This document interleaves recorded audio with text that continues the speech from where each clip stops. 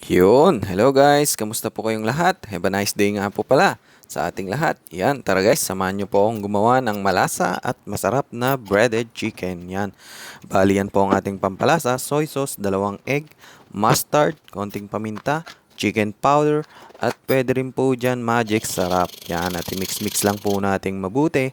Yan, at syempre meron tayong flour, pangcoat natin mamaya, at meron tayong breadcrumbs. Yan.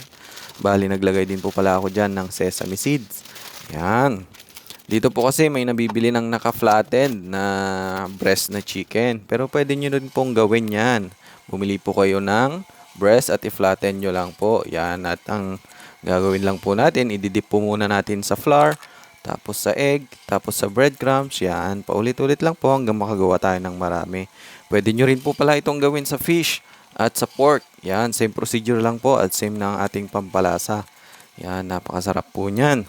Ano pang ginagawa nyo? Pwede po itong pambaon ng ating mga kids. Yan. At pwede nyo rin po itong i-store sa freezer. Yan, at unti-unti po nating ulamin at pambaon ng ating mga kids. Yun lang po guys. Have a nice day po sa ating lahat. Yan, God bless all po. Thank you. Bye!